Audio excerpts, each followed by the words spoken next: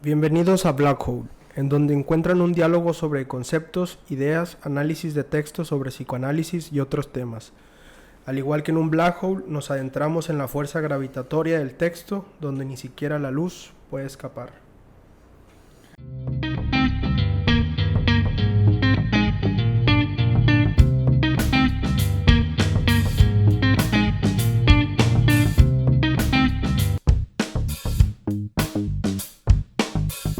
¿Cómo estás, amigo? Muy bien, ¿y tú cómo estás? Muy bien.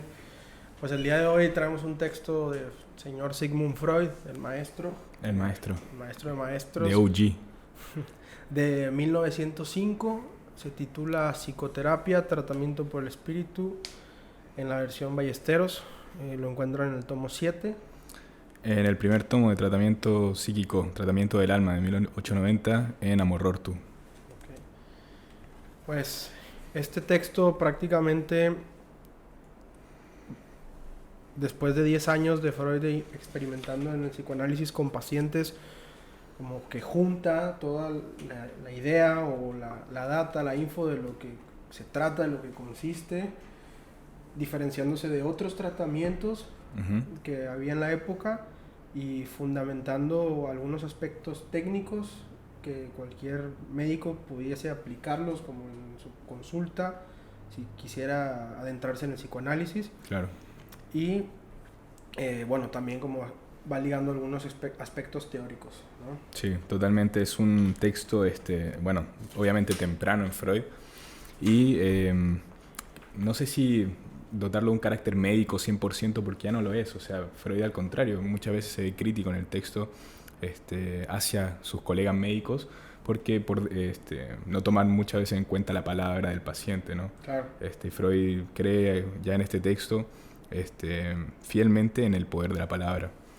Justo eso sobre la palabra del paciente, creo que el término de psicoterapia pues va a utilizar Freud la definición clásica de psique, que bueno, tiene que ver con el alma, entonces es una terapia que ataca al alma o que tiene que ver con el alma. Claro. Va a poner Freud que es desde el alma también hacia lo corporal, hacia los trastornos anímicos que sentimos, como las emociones, las angustias, pero también los trastornos corporales que los pacientes en algún determinado momento van sintiendo. Y bueno, empieza como haciendo esta definición sobre la psique que viene del alma y se va a preguntar justo por qué medios actúan directamente al alma. Y Freud responde, pues las palabras, o sea, las palabras, que justo lo que decías, que los médicos regularmente no toman en cuenta como la parte de la palabra del paciente, y Freud Claro. viene a darle lugar a lo que los pacientes podían decir o pueden decir de sus enfermedades. Entonces va a decir, ¿por qué alguien va a decir que las meras palabras de un médico o las palabras de alguien pueden curarme o pueden sanarme? Y me gusta mucho que dice Freud, pues las palabras son medios esenciales que afectan al alma, ¿no? Y aquí se vuelve un poco como lingüístico, ¿no? De que trabajamos con las palabras, trabajamos con el discurso, trabajamos con eso que se dice. Sí, con ¿no? lo que se dice, claro. Lo que la persona puede decir de su propia enfermedad y no lo que uno puede a lo mejor creer o saber de esa enfermedad. Y bueno, claro, o sea, como dices, en los primeros párrafos ya Freud empieza a esbozar esto, y algo que me llamó mucho la atención al principio es el instrumento esencial del tratamiento anímico, ¿no? O sea, el material del psicoanálisis, el material de la psicología, incluso, bueno, dependiendo también cada terapia, ¿no? Pero específicamente en psicoanálisis, en todos los psicoanálisis, de los muchos que hay, la palabra es con eso trabajamos con el lenguaje, ¿no? De ahí obviamente no es también obviamente hay que separar, no es un análisis discursivo como tal lingüístico, sino que es un análisis del discurso, pero con con una teoría, con diferentes teorías, ¿no? No es un análisis lingüístico así tal cual, no. Es psicoanálisis, ¿no? O sea, es específico psicoanálisis. Pero claro, las palabras es el medio del tratamiento, ¿no? Y el soporte del dispositivo, del soporte principal. Claro. Como hay la frase que me gusta mucho que viene en esta traducción, dice que las palabras no son otra cosa que magia atenuada, ¿no? Entonces, como uno puede decir, ¿cómo alguien va a curar nada más por hablar o por decir o alguien por escuchar, y justo yo me pregunto, bueno, ¿cuántas veces alguien nos ha dicho algo y nos ha hecho sentir mal? O te ha hecho no hacer algo o impulsarte a hacerlo, ¿no? Es como las palabras, incluso como si nos vamos como al desarrollo psíquico, cómo es que cuando una madre o los padres, la familia hablan del hijo o hablan del niño, pues le van dando como ciertos significantes que de alguna manera van construyendo su subjetividad y lo van moldeando con meras palabras. Totalmente, o sea, nos identificamos a un montón de palabras también, ¿no? O sea, sí. La identificación en gran parte es por las palabras. Sí. También, bueno, en la primera página, así lo pueden ver ahí también, esta crítica que decía al principio, ¿no? Que hacia los médicos específicamente dice que las palabras pareciera algo poco científico frente a los procesos químicos, al estudio de las células y las alternaciones visibles y aprehensibles, ¿no? Visibles y aprehensibles. Y claro, o sea, muchas veces también esto de la palabra, bueno, también Freud lo va a ir comentando más adelante, hay un montón de prácticas que también trabajan con la palabra, ¿no? Sin denotar ninguna... la religión, por ejemplo, también, ¿no? La religión tiene un poder importante. La palabra de Dios. La palabra del Señor. La palabra del Señor, exactamente. El verbo, ¿no? Se hizo verbo, cosas así. Pero sí, pero desde la parte más médica, más científica, en el sentido empírico, positivista, pareciera que el lenguaje no figura, al menos en esta época. Y en ese sentido, ¿no? Como en la ciencia de 1905, que yo creo que al actual en algunos sectores piensa que la mente está determinada por lo somático, por el cuerpo, por la química de la felicidad, la química de la tristeza, de la depresión. Claro, claro. Y dónde queda la parte de que el cuerpo también, no, la mente puede afectar también al cuerpo. Y que, bueno, eso es lo que Freud descubre en el estudio sobre la histeria. Y justo cuando hablamos de esta parte de la ciencia, traigo por aquí una idea de Brownstein, en su libro de ¿Qué clasificamos?, que es el que viene como DSM. DSM, sí, del siglo XXI. Dice, ser organicista es decir que el cerebro está involucrado en todos los procesos del ser humano. Pues para respirar, para comer, por todo tiene que pasar por el cerebro de alguna manera. Claro. La conciencia por un lado y la conducta por otro lado. Pero va a decir Néstor Brownstein que el cerebro no es el productor de esas cosas, sino que es el asiento donde esos procesos como que caen, y eso permite y regula la relación entre el organismo y el ambiente. Entonces va a plantear que no, va a después citar a Karl Marx diciendo que no es la conciencia que determina la vida, sino que es la vida la que determina la conciencia. O sea, justo como la fe, la religión, la política de la época, la moral de la época, todo eso va moldeando como esta parte de la mente, lo que podría estar dentro del cerebro si lo se quiere, pero no es el cerebro por sí mismo como un órgano que crea y es productor, sino que es como un asiento de lo que absorbe del mundo exterior. La materialidad en el fondo orgánica, está buenísimo eso, porque en el fondo... o sea, la especie ha estado miles de años, ¿no? Homo sapiens, miles de años, y ha pasado por procesos históricos totalmente distintos, ¿no? Pero esencialmente la biología, yo creo que, bueno, siendo un desconocedor a lo mejor de la evolución, no ha cambiado prácticamente nada. O sea, me refiero a los procesos químicos del cerebro, qué sé yo, ¿no? Sí. Y justo va a plantear que es el organismo en relación al ambiente. A lo mejor el cerebro y la composición del cerebro a lo mejor en 100 años no ha cambiado, o sea, es lo que podría asegurar, claro. Pero el ambiente sí, y las condiciones políticas y la condición de la moral y la religión, y eso va moldeando la tecnología ahora como nuevo factor, ¿no? que puede moldear a que alguien, no sé, no quiero decir nada, pero que los niños ahora con la tecnología se van a ver afectados, pueden ser más como proactivos, saben algunas cosas, ¿no? Se van a ver afectados. Y con esto del afecto también, bueno, rescato aquí esto de Freud que decías, que la dualidad cuerpo-mente, ahí está, cuerpo-mente, así ya bien cartesiana, ¿no? pero también esto de las representaciones, que son las ideas, en el fondo la idea de Freud es que estas ideas, estas representaciones, están anudadas al afecto, a un monto de energía psíquico, si se quiere, ¿no? También. A lo mejor para diferenciarlo ya de una con Lacan, bueno, Lacan la primacía es del significante, ¿no? O sea, el significante afecta el cuerpo, articula al gozo, ¿no? Esto de las ideas, el significante en el fondo es una visión mucho más estructuralista que lo que está proponiendo Freud acá. Claro. Pero la idea es esto, de que las representaciones, o sea, el lenguaje mismo, a lo mejor en Freud, está íntimamente relacionado con el afecto y con la energía, ¿no? Y como tú decías, hay palabras que nos pueden afectar más, otras menos, acciones también, y que bueno, obviamente cuando vemos, si un niño ve, por ejemplo, a sus padres o ahora ya de adultos, vemos tal acción, la tenemos que modelar vía lenguaje, vía representaciones, no tenemos otra forma para modelar o para esquematizar el pensamiento, ¿no? Claro. Entonces ahí está esto. Sí. Y bueno, como avanzando un poco más en el texto, cuando llega Freud a plantear como este tratamiento, pues todo tratamiento tiene un grupo de afecciones que cura o que alivia en ese sentido, pero todas las afecciones que Freud se encontraba en esa época pues no planteaban ningún signo tangible que la medicina en la época actual, en esa época, disculpa, estaba como tratando de decir, a ver, pero compruébame orgánicamente que tiene algo, ¿no? Claro, entonces, claro. Bueno, pues aquí está la lesión cerebral, aquí está la lesión en tal parte, ¿no? Entonces Freud trataba con personas que no tenían ningún signo tangible patológico. Pese a todos los adelantos que había de la exploración, que quizá ya estaba por ahí la radiografía, quizá ya había algunos avances, pero...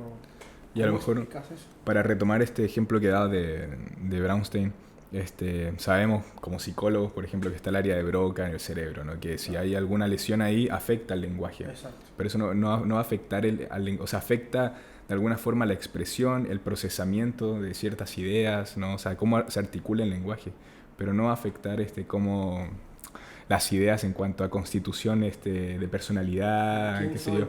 Exactamente, no es como que te van a decir una palabra distinta y la vas a... A ver, la puedes abstraer, pero es un funcionamiento totalmente orgánico. O sea, las fallas son totalmente orgánicas, ¿no? O sea, va a haber un problema ahí del lenguaje. Pero no, esto es como va por otra parte, ¿no? Va por otra parte esta idea de a lo mejor de las palabras específicamente en el tratamiento. Sí. Está un poco confuso ahí la explicación, pero ahí vamos a ir desarrollando la idea. Y justo con esas enfermedades que no tenían signo tangible como para registrarse, sí. Freud plantea algunas que, bueno, dice, son personas que no pueden realizar ningún esfuerzo mental a causa de dolores de cabeza o la falta de concentración, los ojos le duelen al leer, las piernas, los nerviosismos, las piernas le duelen al caminar, personas nerviosas, espasmos gástricos, evacuaciones con ayuda de medicamentos, dormir les resulta imposible. Y bueno, todas esas eran como el cuadro de patologías a las cuales Freud propone darle el tratamiento por el espíritu o la psicoterapia del psicoanálisis. Y bueno, es muy interesante cómo todas estas enfermedades al final Freud va a pensar que tienen que ver con los nervios, con las neurosis, claro. con esta parte de que hay un conflicto psíquico, hay una cuestión intolerante, y luego bueno, se mete más a la metapsicología y va a plantear eso, o sea, cómo estos síntomas se expresan. Entonces Freud dice, bueno, pues las palabras y las emociones se expresan, ¿no? O sea, en el cuerpo, en cómo uno habla, cómo uno dice las cosas, y bueno, en el cuerpo podemos ver a una persona si está enojada o si incluso lo puede decir, ¿no? Como todos esos afectos, el miedo, la ira, van expresándose de alguna manera, y uno puede como de ahí decir, esta persona tiene miedo, pero ¿por qué? ¿No? O sea, ¿por qué siente eso? Y justo eso es como pues, la investigación que uno tiene que dejar que el paciente hable, por eso las palabras por un lado, y uno leer en ese deseo de lo que habla, de lo que dice, y articular algunas cosas, ¿no? Sí, leer el texto que despliega el paciente, el discurso. Esto que comentabas son, bueno, Freud lo cataloga como enfermedades meramente funcionales del sistema nervioso, ¿no? O sea, de nuevo, no es una lesión orgánica específica, sino es una enfermedad funcional del sistema nervioso. Avanzando en una parte, Freud comenta que los signos patológicos no provienen sino de un influjo de alteración de la vida anímica sobre su cuerpo, es decir, que el cuerpo es sensible claramente al lenguaje. La relación recíproca entre cuerpo y alma, ¿no? Habla de esto de nuevo, alma a lo mejor todavía no, bueno, no es que nunca equivale a psique, alma, ¿no? Pero igual a lo mejor creo que es alma dotado de esto medio metafísico, ¿no? El cuerpo, la parte orgánica, y el alma, que a lo mejor ahí está el lenguaje. Claro. También. Sí, adelante. Sí, no, está muy interesante eso que planteas, como el alma, la parte donde reside el lenguaje, donde reside como esa energía que uno es afectado también, no sé, las palabras de los demás, las propias palabras. Claro. Y en ese sentido, Freud plantea como una idea ante las enfermedades, por ejemplo, los médicos militares, cuando estaban en la guerra, ellos se daban cuenta que había como dos tipos de formas de atraer una enfermedad. O sea, una era que tenía que ver mucho el estado de ánimo de la persona con la enfermedad en sí. Entonces decía que había enfermedades epidémicas en la época, y que un ejército que había sido derrotado, pues probablemente no tenía un estado de ánimo tan elevado y podía contraer la enfermedad. En cambio, el ejército que había sido victorioso tenía como más probabilidades de no enfermar. Okay. Entonces, como al final de cuentas, como el estado psíquico, el estado mental, anímico sí. Como uno se sienta, también puede como ayudar al cuerpo, ¿no? Es como estas cuestiones del cáncer, que si una persona pues busca ayuda psicológica o o hace algo que le hace sentir bien, va a tener más probabilidades como de enfrentar la enfermedad. Claro. ¿No? Y en ese sentido, pues bueno, después continúa con esta parte de los dolores imaginarios. Los dolores imaginarios. Estaba buscando la cita que estaba diciendo Alonso. Creo que la encontré. Dice que las palabras son sin duda las principales mediadores del influjo que un hombre pretende ejercer sobre los otros. Las palabras son buenos medios para provocar alteraciones anímicas en aquel a quien van dirigidas, y por eso ya no es enigmático aseverar que el ensalmo, también, bueno, aquí en la traducción de Amoror tú dices ensalmo de la palabra, puede eliminar fenómenos patológicos, tanto más aquellos que a su vez tienen su raíz en estados anímicos. Es decir que, bueno, aquí cuando estaba leyendo esto, que está relacionado con esto de que el ensalmo de la palabra, ¿no? Y como te decía, no solamente el psicoanálisis trabaja con la palabra de la forma a lo mejor más seria posible que podemos, seguimos estudiando, seguimos muchas veces cuestionando la teoría, pero también estaba pensando en esto que te decía la religión al principio, ¿no? Cómo los mantras, por ejemplo, las oraciones están cargadas de afecto, ¿no? Y es como una oración, un mantra. De hecho, yo cuando entré a la carrera de psicología, entré con el fin de estudiar toda esta parte que me parecía sumamente sensacional, y hasta el día de hoy me sigue pareciendo, de cómo los monjes, por ejemplo, monjes de cualquier religión, ya sea, bueno, personas como que se consideran elevadas espiritualmente, ¿no? En ciertos grupos religiosos, muchas veces alcanzan como estados mentales. No es que, y de nuevo aquí no es como que evolucione el cerebro, hay un cambio, no, pero sí hay cambios afectivos en el cuerpo. O sea, como un monje a lo mejor puede durar meditando sin comer una semana, a menos 10 grados en el Himalaya, ¿no? Eso me volaba la cabeza y hasta el día de hoy, ¿no? Pero ahí está, o sea, el tipo a lo mejor está recitando un mantra, está orando, un monje, no sé, del catolicismo también, alcanza como, llevan al límite del cuerpo, a eso voy, ¿no? Sí. Lo afectan de determinada forma y hasta lo moldean incluso, o sea, con su práctica. Sí, y todo como un ejercicio mental. Exactamente. De cierta forma, ¿no? Pero a lo que voy es eso, o sea, es como el ensalmo de la palabra, como dice Freud, ¿no? O sea, está recitando a lo mejor palabras, oraciones. Y bueno, acá también, o sea, en el fondo no le estamos recitando nada al paciente, o cuando estamos leyendo a Freud o a Lacan o a los grandes psicoanalistas, a los maestros en el fondo. Más allá de hacer un ejercicio religioso es justamente, bueno, descubrir qué hay en esos recovecos del texto, claro. ¿no? Sí. Está buenísimo. En la parte de los dolores imaginarios, pues creo que es algo como muy común, ¿no? Que si, por ejemplo, un adolescente, le adolece algo, ¿no? Como Claro. Le adolece algo y probablemente el padre diga que no es importante y que no debe de dolerle, pero pues justamente como este tema de dolor imaginario, ¿no? Sí. Quizá para él, para lo que él conoce de dolor, le duele bastante, pero el padre puede decir, no, esto no es real, o no es realmente doloroso como tú lo planteas. Y Sí, sí. incluso no hablamos de dolores orgánicos, como decir, bueno, te entierran un cuchillo, pues a todos nos va a doler eso. Claro, obvio. Pero quizá la ruptura amorosa o quizá la pérdida de algo, de alguien, no sea tan dolorosa para algunos o para unos sea más. La pérdida de un trabajo, quizá, o sea, es como el dolor es dolor, no importa que sea imaginario, como la diferencia de lo real sería con el cuerpo, pero bueno, no, si lo imagina y lo sufre y lo piensa es porque realmente le está sucediendo algo. Y eso yo creo que esto que estás diciendo es como el principal argumento para, de nuevo, quiénes somos nosotros para juzgar el dolor ajeno, ¿no? O sea, es independiente muchas veces las condiciones materiales de las personas. Estamos acá y todos sufrimos en mayor o menor medida, ¿no? Pero sí, sufrimos anímicamente muchas veces. Sí. Siguiendo con esto también, me gustaría rescatar un par de citas de Freud. Estoy un poco mal de la garganta, así que una disculpa que a veces se interrumpa así.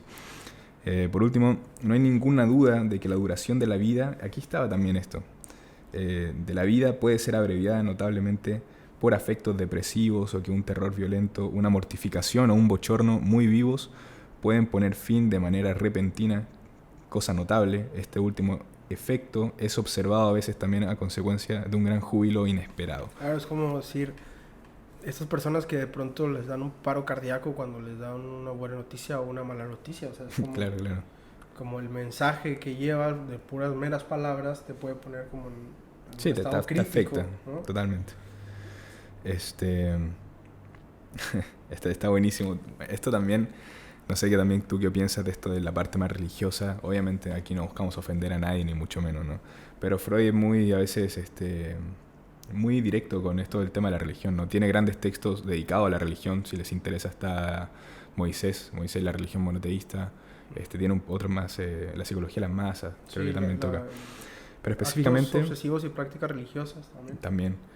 Aquí específicamente habla de las curas milagrosas, ¿no? Respecto a esto que venía hablando la palabra.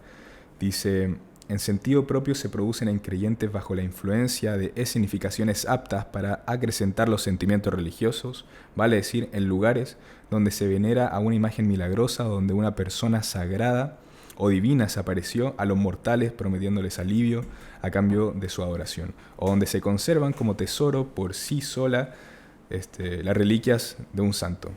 No parece fácil que la fe religiosa por sí sola, aquí está, puede desalojar fácilmente las enfermedades por vía de la expectativa. Pues en las curas milagrosas casi siempre intervienen otras significaciones.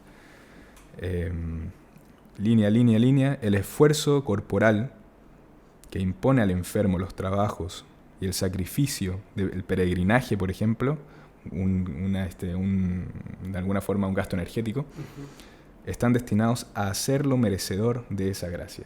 Me llama mucho la atención esto de hacerlo merecedor. O sea, es fuera de toda la relación que cada creyente puede tener con su Dios y lo que le exige también la religión, los rituales que le exige cada religión a sus creyentes, está esto. Somos merecedores, o el creyente se pone en un lugar de hacer mérito para cierta salvación, cierta cura. Pero aquí lo importante es la palabra y segundo, el afecto, o sea, las acciones que tienes que hacer, peregrinar, orar, un montón de cosas más. Sí, y luego estos lugares que pues la gente les da un simbolismo pues religioso justamente, o sea, creo que aquí en México hay la Virgen del Chorrito, si no mal recuerdo, pues la gente va y le pide cosas y hay gente que va y luego sana. Y Freud trata de explicar ese fenómeno, ¿no? Freud está tratando de explicar ese fenómeno. Por qué la gente va y sana, ¿no? De pronto una enfermedad que no tenía cura, que los médicos diagnosticaron como, pues es algo para toda la vida y de pronto tiene efecto como el ir a un lugar religioso y curarse, ¿no? De algo del cuerpo, algo como cuál es la intervención divina. Y Freud lo va a explicar como la fe, digamos, que vas a un lugar y hay muchas personas y hay como imagino que es una carga energética impresionante. Es como cuando vas al estadio y están todos los hinchas y te atrapan ahí, ¿no? Como que incluso pues hasta pueden llegar a matar a alguien del otro equipo, ¿sí me explico? Por la euforia, ¿no? Como, y quizá también es como tanto la masa que va y le reza o va y le pide, que de pronto eso se convierta como en una especie de energía extraña, ¿no? Hay locuras que pasan en... Bueno, habla de las masas también, de la relación de las masas y de la comunión que hacemos en masa. Yo sé que tú tienes un pasado de hincha de aquí de un equipo del norte. Yo también, bueno, aquí está, el más grande. Y sí, el estadio, por ejemplo, es un gran... bueno, es como para liberar toda esa energía también, ¿no? Es algo terapéutico en el fondo, como muchas cosas en la vida pueden ser terapéuticas. Y son representaciones. Y son representaciones, o sea, colores, me identifico exactamente al escudo, a la barra, a los cánticos incluso. Yo creo que muchas veces también hay un libro muy bueno, se me olvidó el autor, es un antropólogo uruguayo, que se llama La identidad se forja en el tablón. En PDF, a lo mejor igual si nos escriben, se los podemos pasar. Y es eso, muchas veces como estas, independiente del tablón, o sea, se refiere a que la identidad de una persona puede estar íntimamente ligada a un equipo de fútbol, como también lo puede estar íntimamente ligada a un movimiento religioso, a una religión, o incluso, ¿por qué no?, la identidad del psicoanalista, cuestionarnos para nosotros qué es ser psicoanalista, ¿no? Sí. Y también puede estar ligado, por ejemplo, por la fama del psicoanalista, ¿no? Por ejemplo, lo que hemos comentado, que se habrá sentirse deprimido y decir, mira, está Freud, voy a analizarme con Freud, lo que significaba como para la época en ese momento como un precursor de algo innovador. Pues dice, la fe de alguna forma es sustituida por la fama que pueda tener el médico o el psicólogo, ¿no? Y hay médicos, también Freud lo va a plantear así, que son más capaces que otros de ganarse la confianza del enfermo. Y bueno, Freud aquí ya va a empezar a introducir como la idea de la transferencia, de que hay médicos o hay pacientes que sentían un alivio al ver que el médico se acercaba a su cama, a su lecho, y sentían como un alivio de que fuera a visitarlos. Y justo también retomando la parte de las palabras, de cómo las palabras son el medio perfecto o más potente para influir en otro hombre, en otra persona. O sea, lo que le digo, lo que pienso de él, y todo eso puede llevar a influir, a hacer, a no hacer, a sentirte, a no sentirte. Ya está toda la dinámica de la transferencia explicada, por ejemplo, que es un texto que, bueno, son varios textos, varios autores, pero eventualmente lo vamos a abordar. Pero ahí está toda la dinámica de la transferencia explicada, ¿no? Que de alguna forma pensamos sobre el analista, la contratransferencia. Sí. ¿No? Para ir cerrando, Alonso, está esto también, bueno, al final del texto Freud se mete con esto de la hipnosis, ¿no? Sí. Le da un punto a lo mejor a los médicos de su época, diciendo que desde que los médicos han reconocido con claridad la importancia del estado anímico para la curación, se les ocurrió la idea de no dejar ya liberado al enfermo el monto de solicitación anímica que pudiera producir y de conseguir el estado anímico favorable buscándolo conscientemente con los medios apropiados. De este empeño nace el moderno tratamiento anímico, ¿no? De alguna forma, claro, valorar la palabra en los médicos. Un médico, bueno, obviamente uno hoy en día cuando va al médico, en la época de Freud igual, o sea, son 100 años, un poquito más, uno va y le cuenta al médico de alguna forma qué es lo que siente. El médico también lee el texto, pero lo lee de una forma diferente al psicoanalista claramente, ¿no? Nosotros leemos el texto de cómo se posiciona esa persona, cómo se escucha, o sea, si esa persona se escucha a ella misma y de alguna forma en qué lugar se posiciona respecto a su padecer. Claro. El médico lee signos en el fondo, ¿no? No es una lectura tan significante, es una lectura de signos. Tú me dices, ok, ¿cómo te sientes? Y yo estoy leyendo los signos orgánicos de alguna forma. Y eso de que la gente va al médico, pues justo como en Europa el médico va a tu casa. Sí, el médico va y te visita, ¿no? Y acá uno tiene que ir a visitar al médico, es como que es diferente, ¿no? Es como alguien viene a verme acá en la cama, claro, a donde estoy mal, ¿no? Esto que rescatas de la hipnosis, bueno, también Freud plantea que el 80% de las personas pueden como entrar en hipnosis, y ese 20% ¿qué? O sea, si hay un grupo de personas que no pueden ser hipnotizadas, ¿cómo va a tratarse, ¿no?